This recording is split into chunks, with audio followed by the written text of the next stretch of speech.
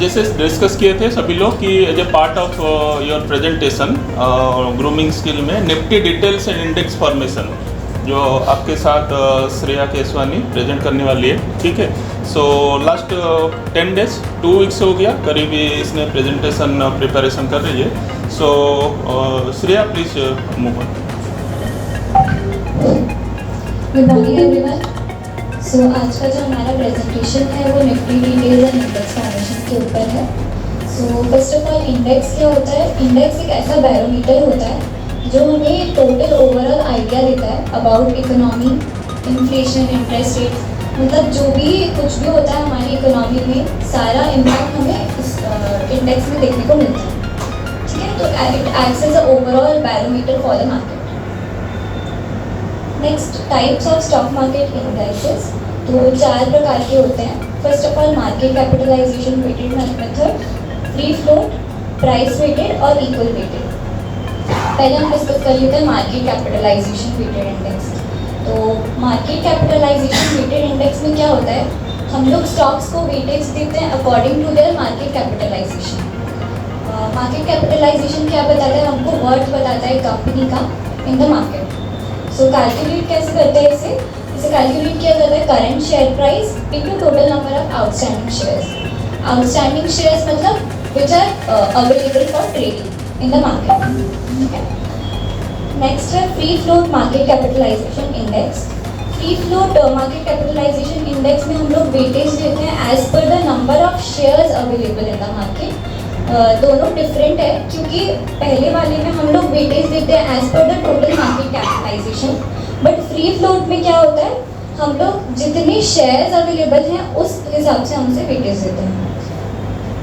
Free float calculate करने के लिए हम लोग number of shares unavailable for trading that includes promoter holding, block share with the share holders और strategic holding को हम लोग डिडक्ट करते हैं टोटल शेयर्स से। नेक्स्ट, प्राइस इंडेक्सेस क्या होता है? प्राइस वेटेड इंडेक्स ये दोनों हम लोग एक्चुअली में यूज़ नहीं करते। करेंटली हम लोग जो यूज़ करें वो है फ्री फ्लोट मार्केट कैपिटलाइजेशन। इससे पहले जो यूज़ होता था वो था market capitalization weighted. Price weighted index और इक्वल वेटेड इंडेक्स हमारे में यूज़ नहीं होता, बट प्राइस वेटेड इंडेक्स में क्या होता है? प्राइस जिसका ज़्यादा होता है उसे ज़्यादा वेटेज दी जाती है और इस हिसाब से इंडेक्स फॉर्म होता है। अच्छा, इंडेक्स क्यों चाहिए? इसको बारे में जानना क्यों चाहिए? पहले सबको बताओ कि इंडेक्सेस का हमें जानना क्यों चाहिए, ये कैसे बनना है, क्यों जानना चाहिए, why it is required? Index बना क्यों है जानने के लिए, मतलब टोटल ओवरऑल आइडिया अगर आएगा, क्योंकि हम लोग हर वो स्टॉक को मॉनिटर नहीं कर सकते डेली बेसिस पे, तो अगर ओवरऑल एक आइडिया चाहिए मार्केट के बारे में तो हमें इंडेक्स को रेफर करना है। मार्केट एंड ओवरऑल इकोनॉमी क्या हो रहा है तो उसका एक बैरोमीटर है इंडेक्सेस, ठीक है। इक्वल वेटेड इंडेक्स में क्या होता है? हर स्टॉक को इक्वल वेटेज ही दी जाती है, इसीलिए ये दोनों थोड़े से कम रिलायबल हैं, इसलिए हम लोग इसे यूज़ नहीं करते। Next, Nifty total market index. तो 4 कैपिटलाइजेशन में इसे डिवाइड किया गया है, एक large cap, mid cap, small cap और माइक्रो कैप। लार्ज कैप में वो कंपनीज आती है जिसका मार्केट कैपिटलाइजेशन 20,000 करोड़ से अबोव है। मिड कैप में 5,000 से 20,000 करोड़ के बीच में, स्मॉल कैप में लेस देन 5,000 करोड़ और माइक्रो कैप में 100 से 500 करोड़ के बीच। ये ओवरऑल स्ट्रक्चर है। तो निफ्टी टोटल मार्केट में निफ्टी 500 के अंदर Nifty 100, Nifty mid cap 150, Nifty small cap 250 आता है। निफ्टी 50 और निफ्टी नेक्स्ट 50 को लेके फिर निफ्टी 100 बनता है। Nifty mid cap 50, Nifty mid cap 100, Nifty mid cap select को लेके निफ्टी 150 बनता है मिड कैप। तो निफ्टी 50 मिड कैप 50 और निफ्टी मिड कैप 100 को लेकर निफ्टी मिड कैप सिलेक्ट बनता है। टॉप 25 स्टॉक्स जो होते हैं सिलेक्टिवली एलिजिबिलिटी के हिसाब से जो हम आगे पढ़ेंगे वो उस पर जाता है। निफ्टी स्मॉल कैप में स्मॉल कैप के 50 प्लस निफ्टी स्मॉल कैप के 100 मिलके 250 बनता है। निफ्टी माइक्रो कैप 250 में भी वही सेम आता है, जो 500 से 1000 वाली 100 से 500 करोड़ के बीच में जिसकी कैपिटलाइजेशन रहती है वो कंपनीज माइक्रो कैप है। ये फुल डिटेल है। सो सारी कैपिटलाइजेशन वही है, फुल मार्केट कैपिटलाइजेशन के बेसिस पे कैलकुलेट की जाती है। अभी थोड़ा थोड़ा करके हम लोग फ्री फ्लोट पे चेंज हो रहे हैं क्योंकि फ्री फ्लोट ज़्यादा रिलायबल है।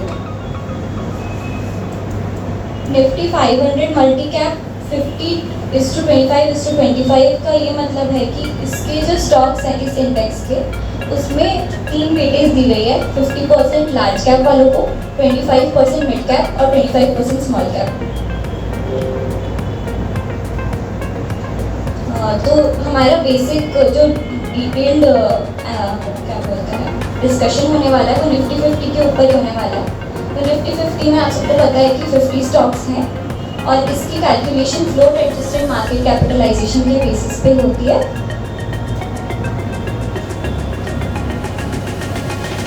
लॉन्च डेट इसका जो था वो अप्रैल 2022 1996 था।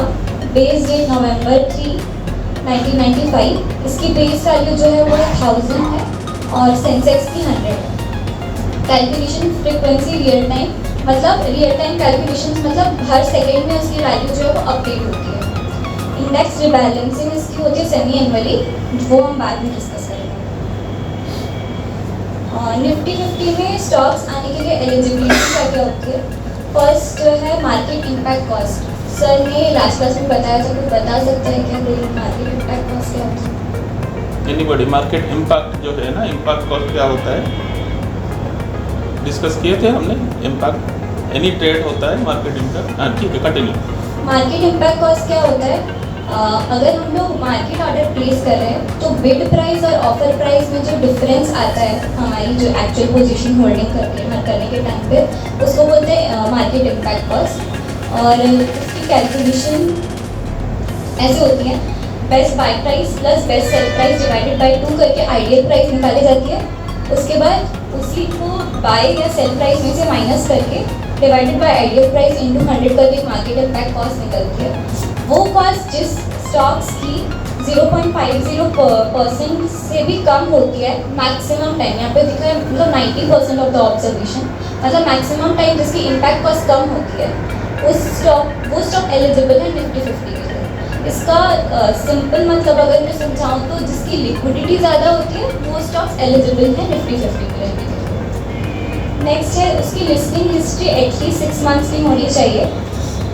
वो एफएनओ सेगमेंट में एलिजिबल होना चाहिए ट्रेड करने के लिए। और अगर अभी उसका आईपीओ आया है तो 3 मंथ्स के लिए उसको ये सारी एलिजिबिलिटी फॉलो करनी है, तभी वो एक स्टॉक एलिजिबल होगा निफ्टी 50 में आने के लिए। नेक्स्ट की इंडाइसेस जो है वो 5 टाइप्स के हैं: broad market, sectoral, thematic, strategy और फिक्स्ड। ब्रॉड मार्केट तो हमने जैसे डिस्कस किया निफ्टी 50, निफ्टी नेक्स्ट 50, ये सारे। सेक्टोरियल इंडाइसेस ऑलरेडी हम एक बार डिस्कस कर चुके हैं, निफ्टी बैंक, आईटी, पीएसयू, ये सारे। थीमेटिक मतलब एक थीम को बेस करके जो एक इंडेक्स बनाया जाता है, जैसे कमोडिटी हो गया, एनर्जी, इंफ्रास्ट्रक्चर, हाउसिंग, ये सारे होते हैं थीमेटिक। अच्छा, ये जो स्लाइड में जस्ट ऐड करना चाहता हूँ, ये जो चीज़ें हैं ना, आपको जब आगे सेक्टोरियल स्विंग ट्रेड करोगे, इंट्राडे ट्रेड करोगे, तो इम्पैक्ट कैसे पड़ रहा है, किस तरह का न्यूज आ रहा है। मान लो बजट आया, बजट से प्री बजट है, अभी मानसून सत्र चल रहा है, वो सब्सिडी देने वाले हैं, बारिश आ रहा है, आईटी सेक्टर अब नवंबर दिसंबर छुट्टी जाने वाला है, तो आईटी सेक्टर में थोड़ा सा वो लोग छुट्टी चलाते हैं तो डिमांड कम होता है। Lot of things are there. तो ये सब चीज़ें कहाँ हैं? आप जो की इंडाइसेस से आपको पता चले इस सेक्टर में कौन है, थीम बेस में है सेक्टर, इस तरह का चीज़ों को देखना, दिस इज इम्पोर्टेंट। इससे क्या होगा, हमारा जो ट्रेडिंग स्किल है ना, ट्रेडिंग स्टाइल, वो बदल सकता है। तो हमें क्या है ना, जैसे हाइब्रिड अप्रोच जो हम बोल रहे हैं, खाली टेक्निकल नहीं, फंडामेंटली ओवरऑल मिला के फिर ये कर सकते हैं। इसीलिए हम इन डेप्थ इस चीज़ को इतना फोकस कर रहे हैं। एंड जैसे सैरखान में हमने वहाँ देखा है आपका टूल किट में सेक्टर वाइज दे देंगे, कैसे हाई लो आएगा, कौन से सेक्टर में कितना है, किस में बाइंग हो रहा है, किस में सेलिंग हो रहा है, ये सब चीज़ें उसके अंदर आ जाएगा। तो ये अभी जानना ज़रूरी है। तो एक बार आप जान जाओगे तो फिर किस में अवॉइड करना है, किस में लेना चाहिए, किस में ज़्यादा लेना चाहिए, ये आपको एक इन्फॉर्म चॉइस हो जाएगा डिसीजन लेने में। अंधाधुन में नहीं करेंगे। जैसे ये सेक्टर्स जो होते हैं, हाँ, इसमें तो एक कंबाइन अप्रोच आ गया। कम है। जैसे मान लो ऑटो सेक्टर है, मान लो अब ऑटो सेक्टर का मैं चार्ट अभी क्लास सेशन के बाद दिखाऊंगा। ऑटो सेक्टर कितना बढ़िया बूम चल रहा है, ठीक है। वहाँ का आईटी सेक्टर देखोगे साइडवेज है, तो इन्वेस्टमेंट आईटी सेक्टर अभी बढ़ने वाला नहीं है। बट जैसे ही ब्रेकआउट होगा, इसका मतलब एक साइकोलॉजी बढ़ने लगा, तो उस कंडीशन फिर हम बैठेंगे। वो चीज़ अप्रोच देखना। मैं अभी सेक्शन खत्म होने के बाद ना मैं वो थोड़ा सा सेशन में क्लियर करूंगा इसके ऊपर ज़्यादा। तो ये हम लोग पेंडिंग रखते हैं चीज़ें। हाँ प्लीज़ कंटिन्यू। स्ट्रैटेजी एनालिसिस क्या होता है? स्ट्रैटेजी और फिक्स्ड इनकम हम लोग नॉर्मली यूज़ नहीं करते। स्ट्रैटेजी एनालिसिस क्या होता है? वो जो एक ट्रेडिंग स्ट्रैटेजी के ऊपर एक इंडेक्स बन रहा है, मतलब कौन सी ट्रेडिंग स्ट्रैटेजी कौन से सेक्टर या फिर कौन से इंडेक्स में फुलफिल हो रही है, वो आता है स्ट्रैटेजी एनालिसिस में। उसके एग्जांपल है Nifty 100 equal weight, 50 PR, 1x inverse, PX 2x, PR 2x leverage etcetera. Fixed income analysis क्या होता है? जहाँ से हमको फिक्स्ड इनकम जनरेट होती है, जैसे वो हो गया सर्टिफिकेट ऑफ डिपॉजिट हो गया, कॉर्पोरेट बॉन्ड्स हो गया, T-bills हो गया, ये सारे जो हैं वो आते हैं fixed income analysis. Next Nifty के कुछ स्टॉक्स मैंने डाले वेटेज। सबसे ज़्यादा जो है वो रिलायंस इंडस्ट्रीज का है 11.15%।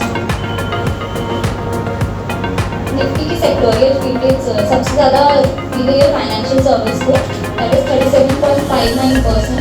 फिर है IT 12.65 और सबसे कम जो है वो कैपिटल्स में 0.4। ये सारी हमारे सेक्टोरियल इंडाइसेस हैं। Auto, bank, financial service, FMCG, healthcare, IT, media, private bank, PSU bank, realty, consumer durables, oil and gas, metal and power.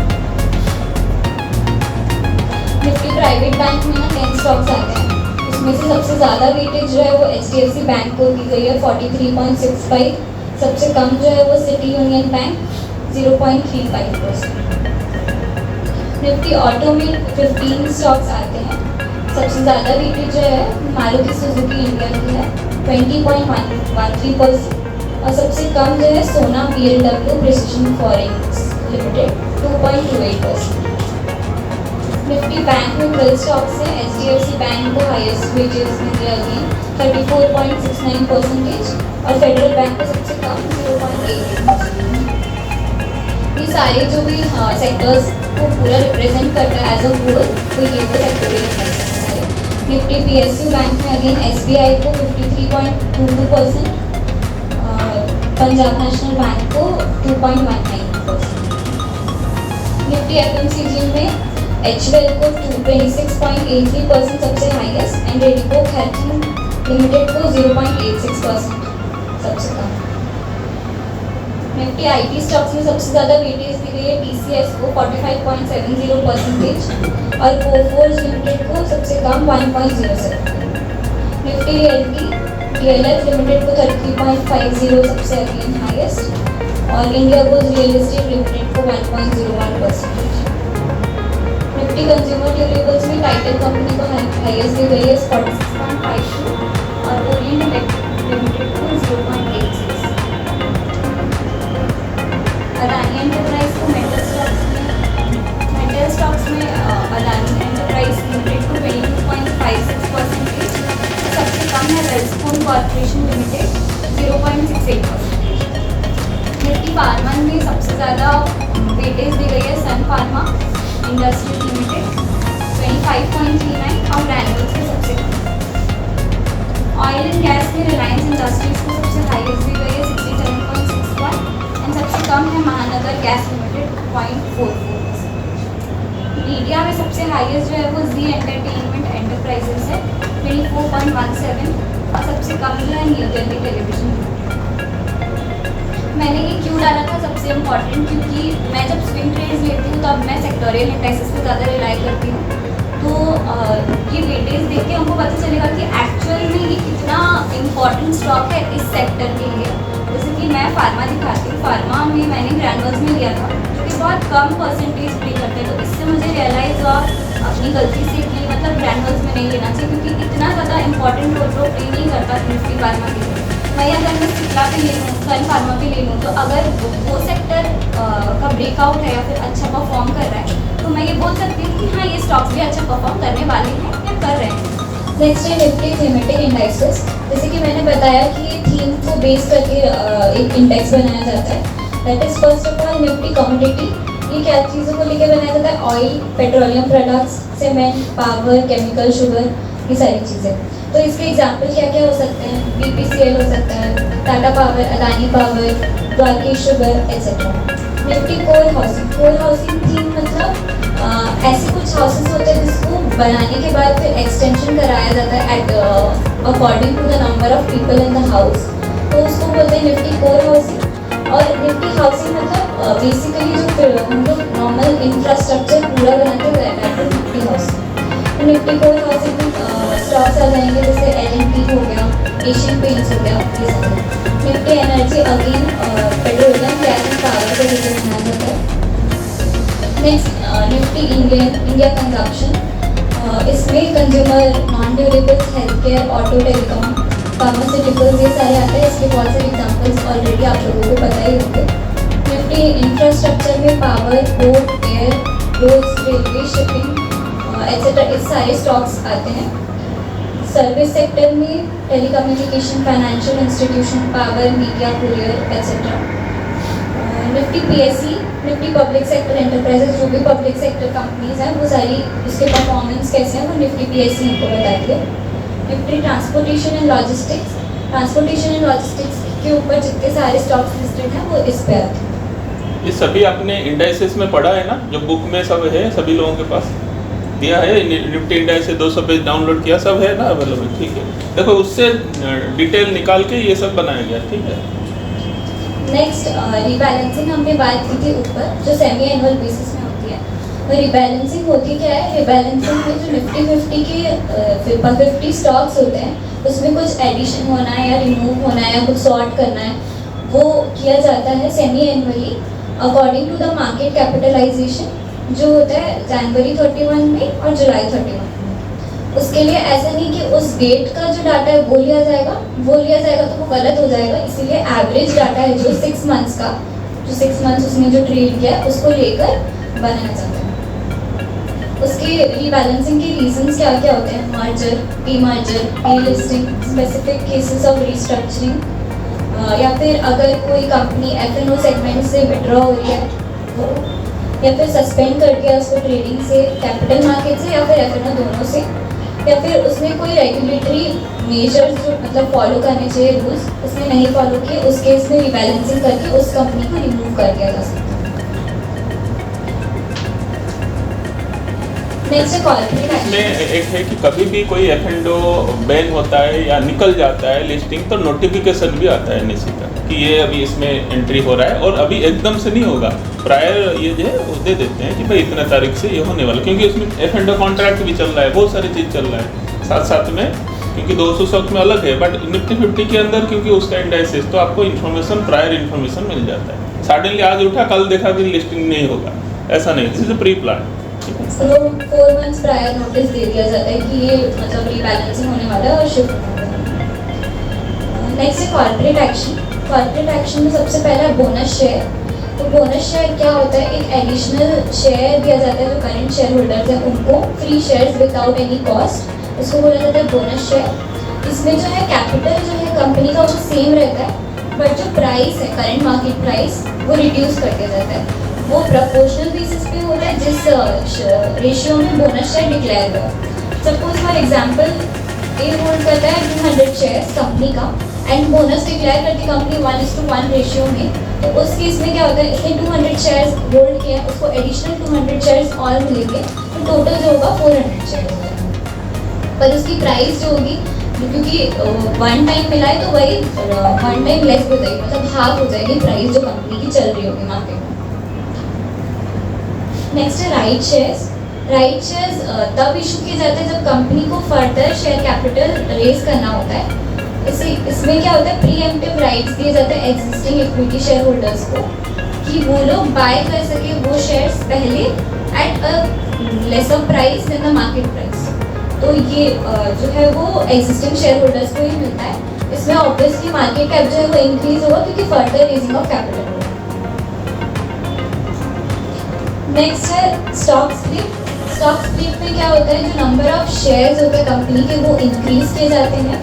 इसमें मार्केट कैपिटलाइजेशन पे कोई असर नहीं होता, सेम ही रहती है, बट शेयर प्राइस जो है वो अगेन वही रेशियो में कम हो जाती है जिस हिसाब से स्टॉक स्प्लिट हो रहा है, जिस रेशियो में जो कंपनी ने डिक्लेयर किया है। So for example 2 for 1 stock split हो रहा है, तो उस केस में क्या होगा, अगर 10 मिलियन शेयर से पहले आउटस्टैंडिंग शेयर्स, तो अभी क्या हो जाएगा, वो 20 मिलियन शेयर्स हो जाएंगे। उससे बेनिफिट क्या है? स्टॉक स्प्लिट होने से क्या बेनिफिट होता है?